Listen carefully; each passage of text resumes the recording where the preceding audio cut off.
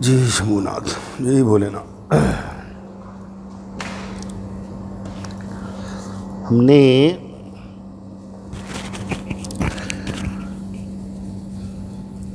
Discuss करना है static frictional force. Actual में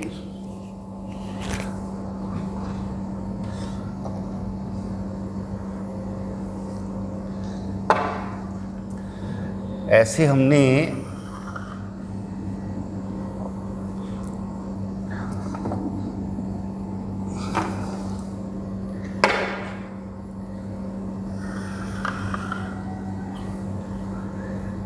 हमने कोई ब्लॉक लिया हुआ है, स्टैटिक फ्रिक्शनल फोर्स डिस्कस करना चाहते हैं। ऐसे हमने ये फ्लोर लिया हुआ है, कोई ब्लॉक लिया हुआ है, फ्लोर के ऊपर रखा है और यहां पर हम ऐसे एक फोर्स अप्लाई कर रहे हैं। सपोज करिए ये फोर्स हमने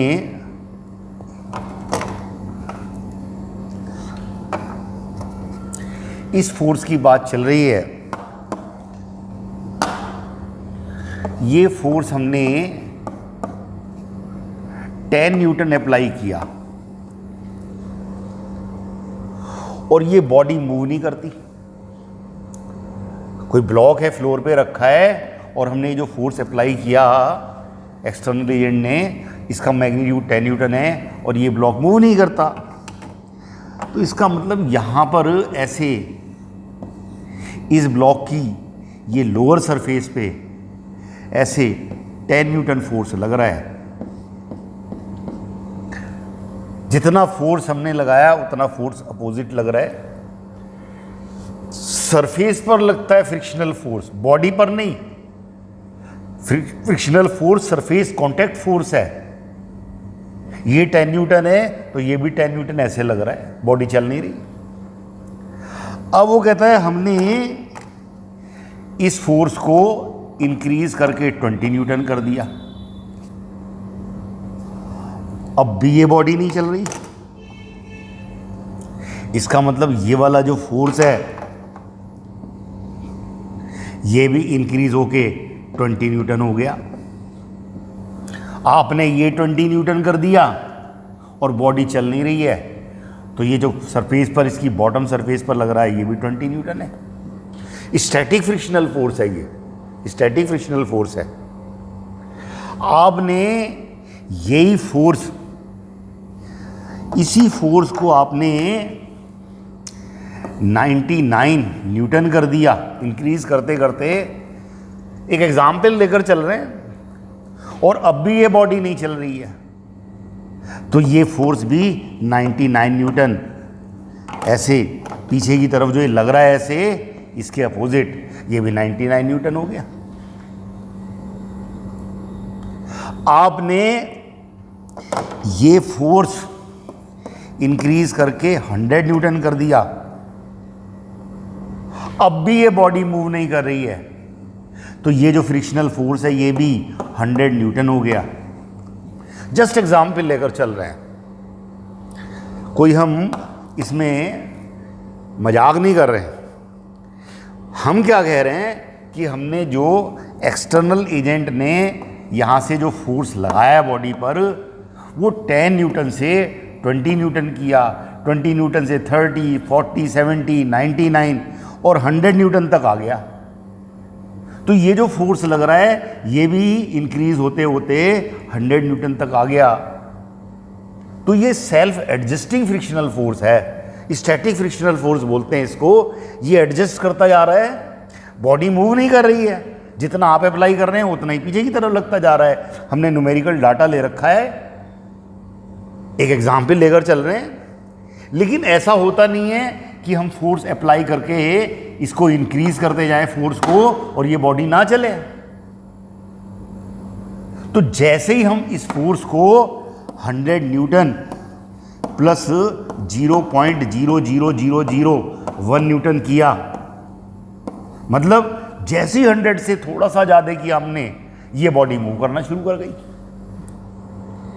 इसका मतलब इस बॉडी के चलने की जो लास्ट लिमिट है स्टैटिक फ्रिक्शनल फोर्स की, वो 100 न्यूटन थी।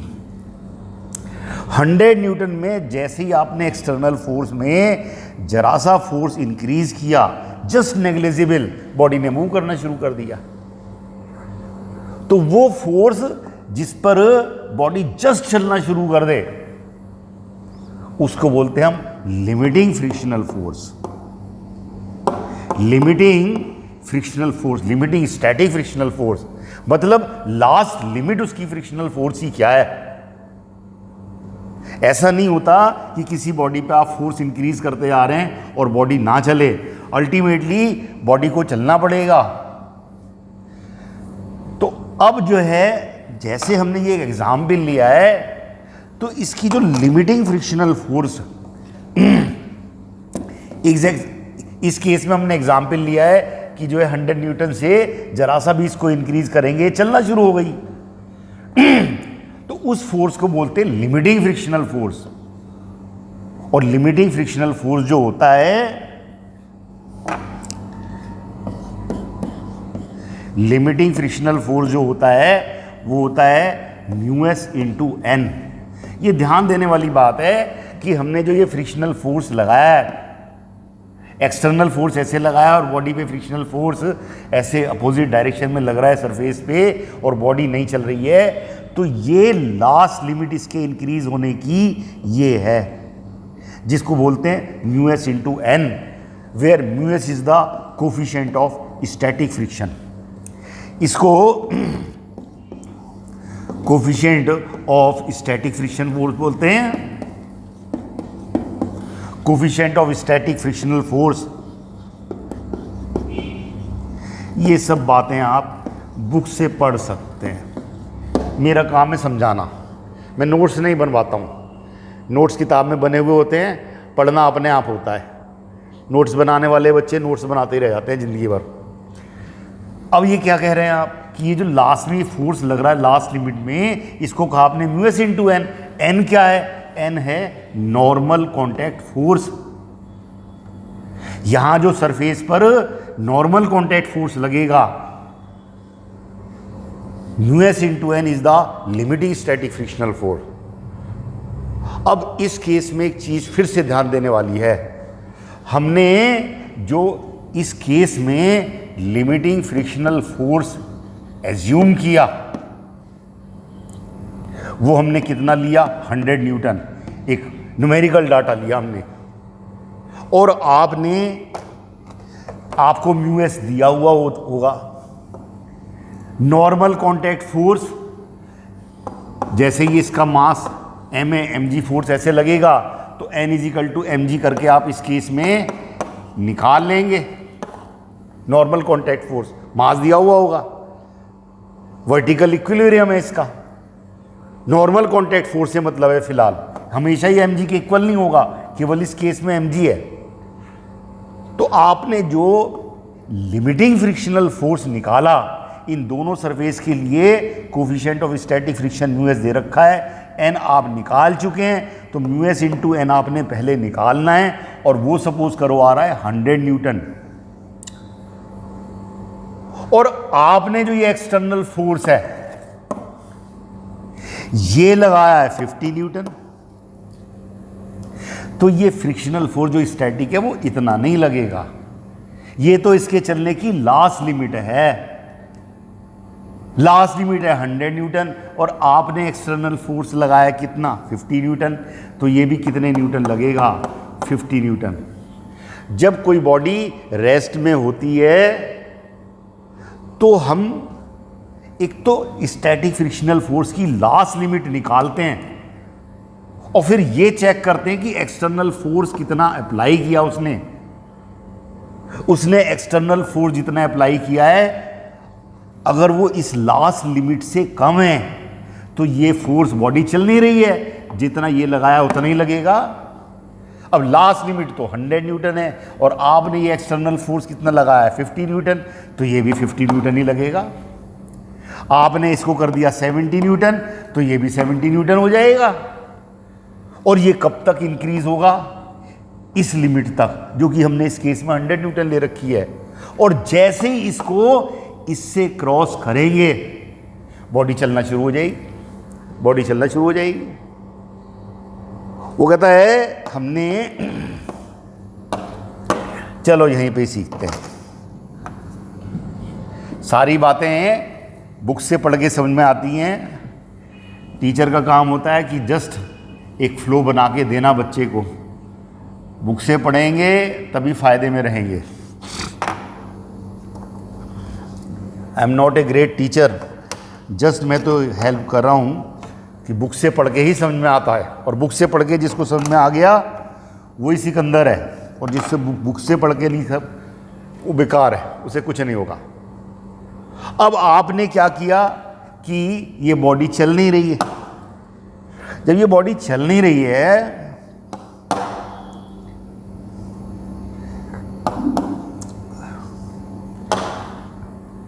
बॉडी मूव नहीं कर रही है, तो आप ऐसे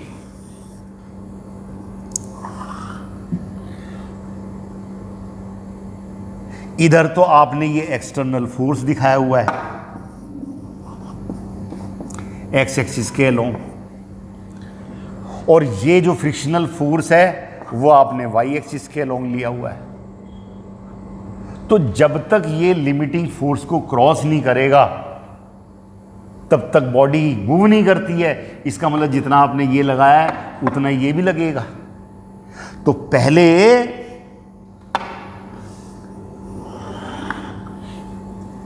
फ्रिक्शनल फोर्स ऐसे और ये एक्सटर्नल फोर्स ऐसे, जितना ये है उतना ही ये है।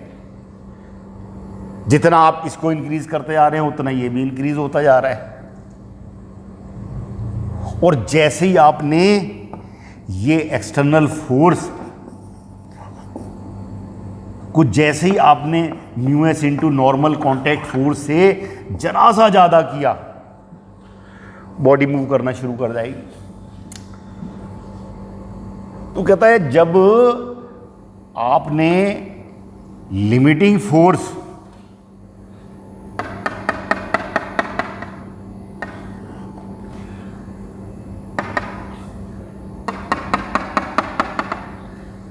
जैसे लिमिटिंग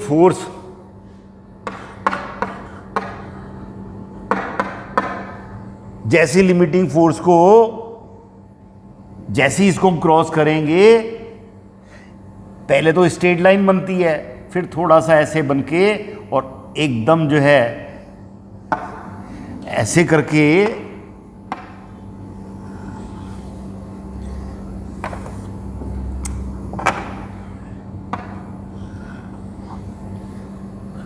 ये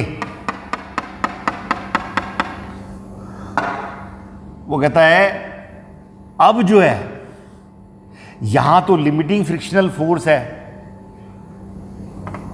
और उसको आप इंक्रीज करते जा रहे हैं एक्सटर्नल फोर्स को, तो बॉडी चलना शुरू कर देगी और अब काइनेटिक फ्रिक्शनल फोर्स लगता है जो कि लिमिटिंग फ्रिक्शनल फोर्स से कम होता है।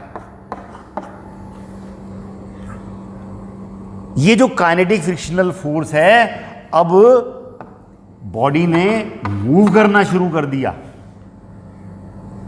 वैसे तो बॉडी एक्सेलरेट करेगी, हम वेलोसिटी दिखा रहे हैं कि मूव कर रही है। वो कहता है ये फोर्स जब लिमिटिंग को जस्ट क्रॉस करने लगता है तो ये बॉडी मूव करना शुरू कर देगी।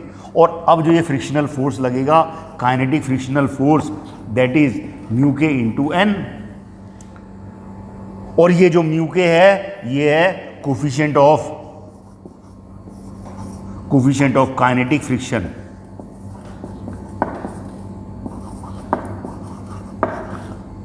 म्यू के जो है वो कोफिशिएंट ऑफ काइनेटिक फ्रिक्शन है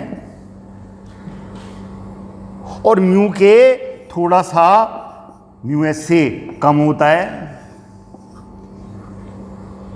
वो कहता है जब बॉडी मूव करना शुरू कर देती है तो ये जो काइनेटिक फ्रिक्शनल फोर्स लगेगा सरफेस पर बॉडी के अपोजिट डायरेक्शन में, सरफेस की रिलेटिव मोशन के अपोजिट डायरेक्शन में लगता है फ्रिक्शनल फोर्स। तो ये जो फ्रिक्शनल फोर्स लगेगा अब ये कांस्टेंट लगेगा, जबकि static frictional force adjusting force था। स्टैटिक फ्रिक्शनल फोर्स 0 से लेके μs इंटू एन तक एडजस्ट करता है बॉडी को। बॉडी मूव नहीं कर रही है तो बॉडी पर वो एडजस्ट करता है, लेकिन जब बॉडी मूव करना शुरू कर देगी तो ये काइनेटिक फ्रिक्शनल फोर्स लगता है विच इज कांस्टेंट। तो जब ऐसे एक्सटर्नल फोर्स आप इंक्रीज करते जा रहे हैं, फ्रिक्शनल फोर्स ही बढ़ता जा रहा है, एक लिमिट तक इंक्रीज होगा लिमिटिंग फ्रिक्शनल फोर्स, और ये जैसे ही उसको लिमिटिंग को क्रॉस करेगा एक्सटर्नल फोर्स, एकदम थोड़ा सा फोर्स एकदम कम हो जाता है और अब ये कांस्टेंट है। पहले तो प्रोपोर्शनल है एक्सटर्नल के मैक्सिमम तक और फिर रहेगा कांस्टेंट। अब बॉडी मूव कर रही है। तो दो तरह के फ्रिक्शनल फोर्सेस हैं, एक तो है काइनेटिक फ्रिक्शनल फोर्स और एक है स्टैटिक। काइनेटिक फ्रिक्शनल फोर्स तो कांस्टेंट रहता है, uk into normal contact force. तो ये तो बहुत इजी है। हमें दिक्कत यहाँ आती है जब स्टैटिक फ्रिक्शनल फोर्स की बात चलती है। उसमें हम चेक करते हैं कि लिमिटिंग फोर्स लगेगा या उससे कम लगेगा, बॉडी मूव करेगी या नहीं करेगी। इसी बातों को वो पूछता है क्वेश्चन में, इन्हीं बातों को पूछता है। और जब उसने कुछ नहीं दे रखा तो हम कोफिशिएंट ऑफ स्टैटिक फ्रिक्शनल और काइनेटिक फ्रिक्शनल दोनों को बराबर ले लेते हैं, दोनों को इक्वल ले लेते हैं। अगर उसने नहीं दिया है तो दोनों को इक्वल ले लेते हैं। तो फिलहाल स्टैटिक फ्रिक्शनल फोर्स और काइनेटिक फ्रिक्शनल फोर्स के बारे में बताया है। इसमें एक आदम एग्जाम्पल ले लेते हैं। अब हमने ऐसे एक एग्जाम्पल लेकर चल रहे हैं। सपोज करिए एक ट्रॉली ले रखी है और उसके ऊपर एक मास लिया हुआ है, हमने 3 kg मास लिया हुआ है। ग्रेविटेशनल एक्सेलरेशन हमने 10 मीटर पर सेकंड स्क्वायर लिया हुआ है और इन दोनों के बीच में μs इजिकल टू 0.2 है और ये ट्रॉली 1 मीटर पर सेकंड स्क्वायर से चल रही है। ब्लॉक इसके ऊपर 3 kg का रखा हुआ है। तो पहले तो ये जो ब्लॉक है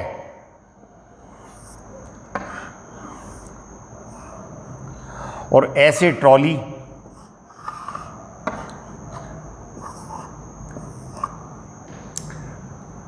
तो इस ट्रॉली के साथ साथ ये ऐसे चल रहा है।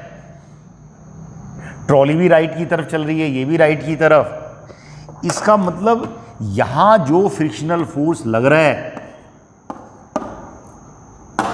वो ऐसे, ये भी ट्रॉली के साथ चल रहा है 1 मीटर पर सेकंड स्क्वायर से। तो ट्रॉली से इस पर फोर्स ऐसे लगेगा। ध्यान देने वाली बात है कि फ्रिक्शनल फोर्स हेल्प कर रहा है इसके चलने में। फ्रिक्शनल फोर्स सरफेस पर लगता है, ये ट्रॉली की सरफेस आगे जा रही है तो ट्रॉली पर फोर्स लगेगा पीछे की तरफ इसकी सरफेस पे, और ट्रॉली से इस पर फोर्स लगेगा ऐसे राइट की तरफ। रिलेटिव मोशन का अपोज करता है फ्रिक्शनल फोर्स। इसकी सरफेस इस ब्लॉक के रेस्पेक्ट में राइट की तरफ खिसकना चाहती है तो फ्रिक्शनल फोर्स अपोज करेगा। तो इस पर फोर्स इस डायरेक्शन में लगेगा और ये मालूम ही है आपको, ये फोर्स लगेगा 3G और एक नॉर्मल कॉन्टैक्ट फोर्स लगेगा N, और N इजिकल टू कितना हुआ 3G is equal to 3 into 10 is equal to 30 newton.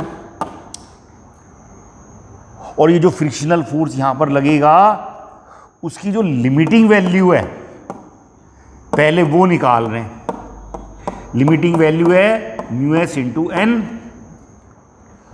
और μs इंटू एन कितना हुआ, μs दे रखा है 0.2 और नॉर्मल कॉन्टैक्ट फोर्स है 30, दैट इज 6 न्यूटन। उसने कहा है फ्रिक्शनल फोर्स कितना लगेगा, ये चल कितने से रहा है 1 मीटर पर सेकंड स्क्वायर से। तो जब 1 मीटर पर सेकंड स्क्वायर से चल रहा है और 3 kg का है तो फ्रिक्शनल फोर्स कितना लगेगा इस पर, ये वाला मास इंटू एक्सेलरेशन। और मास है इसका 3 kg into 1 is equal to 3 newton.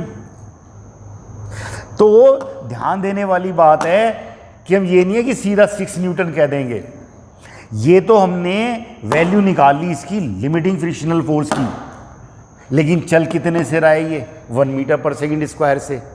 तो force is equal to mass into acceleration से कितने न्यूटन की जरूरत है 3 न्यूटन की, तो 3 न्यूटन ही लगेगा, ये 6 न्यूटन की जरूरत ही नहीं है। ये तो लास्ट वैल्यू है इसकी लिमिटिंग की। अगर इसी क्वेश्चन में वो कहता है कि ये ट्रॉली जो है ये 2 मीटर पर सेकंड स्क्वायर से चल रही है, तो अब इस ब्लॉक को 2 मीटर पर सेकंड स्क्वायर से, आपको कहता है ट्रॉली के साथ साथ चल रहा है ये 2 मीटर पर सेकंड स्क्वायर से, तो अब इसको जो ये फोर्स चाहिए, अब यहां जो इसको ये जो फोर्स चाहिए मूव करने के लिए, ये फोर्स आया कितना, mass into acceleration, that is 3 into 2 is equal to 6 newton. अब ये लिमिटिंग फोर्स लग रहा है,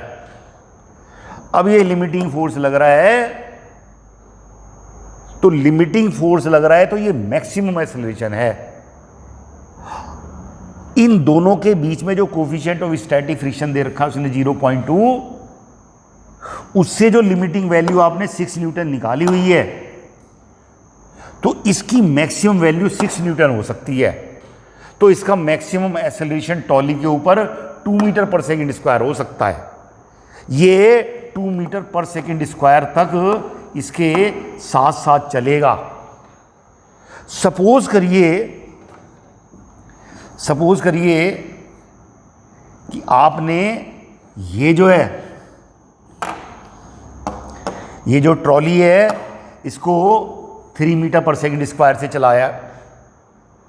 अब ये 3 मीटर पर सेकंड स्क्वायर से चलेगी ट्रॉली, तो इस पे जो ये वैल्यू लगती, ये इस पे जो स्टैटिक फ्रिक्शनल फोर्स लगने वाला है, इसकी तो मैक्सिमम वैल्यू 6 न्यूटन है, और इसको अगर मैं 3 मीटर पर सेकंड स्क्वायर से चलाऊं तो इसके लिए ये जो फोर्स लगना चाहिए, mass into acceleration 3 into 3 is equal to 9 newton, जबकि ये मैक्सिमम वैल्यू तो कितनी हो सकती है 6 न्यूटन।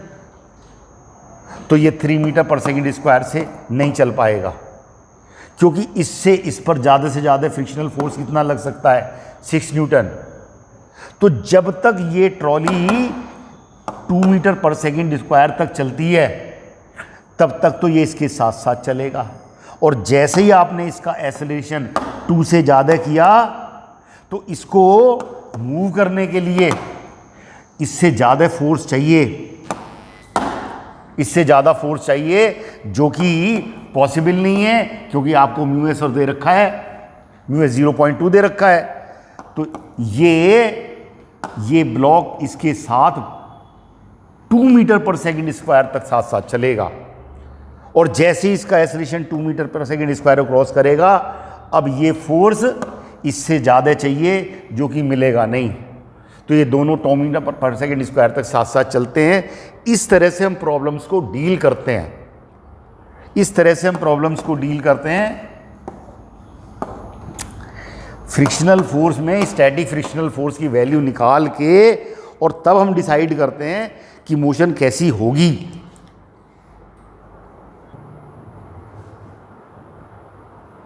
अब हम एक और एग्जाम्पल लेकर चल रहे हैं। सपोज करिए ऐसे आपको एक वॉल दे रखी है, और ऐसे एक मास लिया हुआ है, इसका मास 2 kg है, और ऐसे हमने यहाँ पर एक फोर्स अप्लाई किया 500 न्यूटन। 500 न्यूटन हमने फोर्स अप्लाई किया। कोफिशिएंट ऑफ स्टैटिक फ्रिक्शन दे रखा है 0.2, तो जो mg फोर्स है वो 20 न्यूटन होगा, mg 20 न्यूटन। तो अब इसमें हमने इस ब्लॉक को ऐसे शो कर रहे हैं और आपने ये फोर्स लगाया यहां से 500 न्यूटन। 500 न्यूटन फोर्स आपने अप्लाई किया इस पर एक फोर्स ये लग रहा है mg जो कि 20 न्यूटन है। अब फिर से वही बात है कि जो लिमिटिंग वैल्यू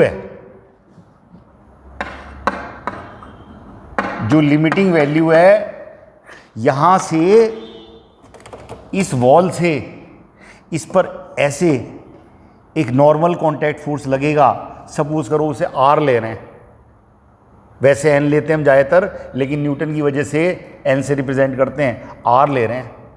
तो ये ब्लॉक ऐसे लेफ्ट राइट तो जाता नहीं है, तो ये R 500 न्यूटन के इक्वल होगा।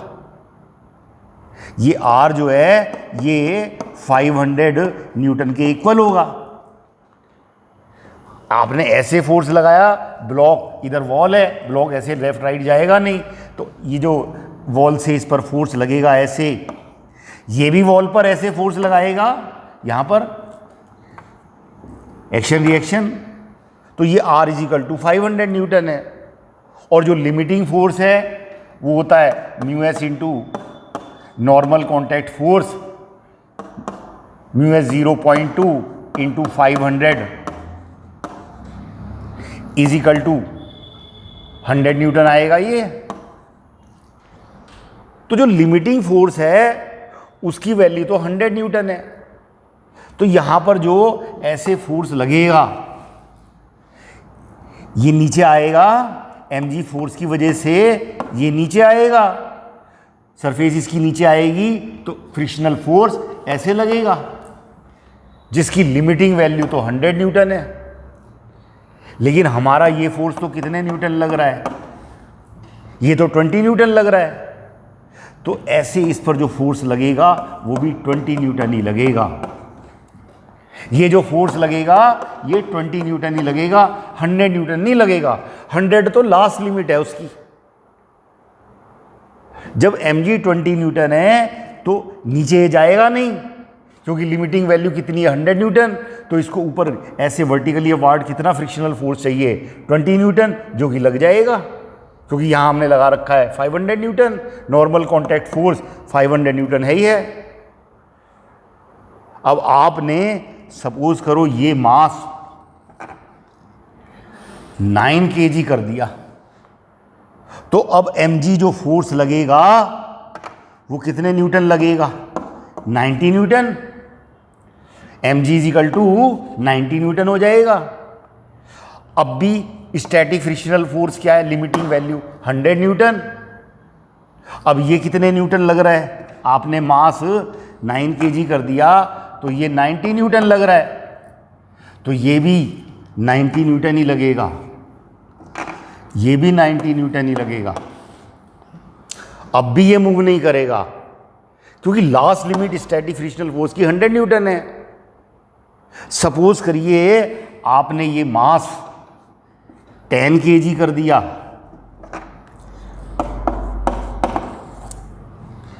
तो अब जो mg फोर्स है आपका वो 100 न्यूटन हो गया। तो जो mg फोर्स आपका ये 100 न्यूटन हो गया, तो ये वाला फोर्स अब लिमिटिंग फोर्स के इक्वल लगेगा, दैट इज 100 न्यूटन। अब लगेगा ये 100 न्यूटन। अब ये जो है फ्री बॉडी डायग्राम में ये mg तो 100 न्यूटन है और लिमिटिंग वैल्यू वो भी 100 न्यूटन है, तो जो ये F है ये भी 100 न्यूटन लगेगा। लेकिन अगर हम इस 10 न्यूटन से जरा सा भी ज़्यादा करेंगे तो ये नीचे की तरफ लगने वाला फोर्स इस 100 न्यूटन को क्रॉस कर जाएगा, ब्लॉक नीचे आना शुरू हो जाएगा, क्योंकि लिमिटिंग वैल्यू 100 न्यूटन है। तो यहाँ पर इस फोर्स से ये जो डाटा दिया हुआ है μs और g, हम 10 kg मास तक रोक सकते हैं। 10 kg में जरा सा भी इंक्रीज किया मूव करना शुरू कर देगा।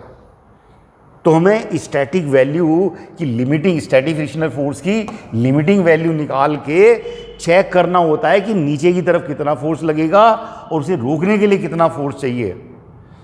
इसकी लिमिटिंग वैल्यू 100 न्यूटन है, तो 10 kg तक 100 न्यूटन फोर्स लगेगा, तब तक तो ये रोक सकते हैं, क्योंकि ये 500 न्यूटन है और म्यू 0.2 है, और जैसे ये 10 kg से क्रॉस करेगा नीचे आना शुरू हो जाएगा।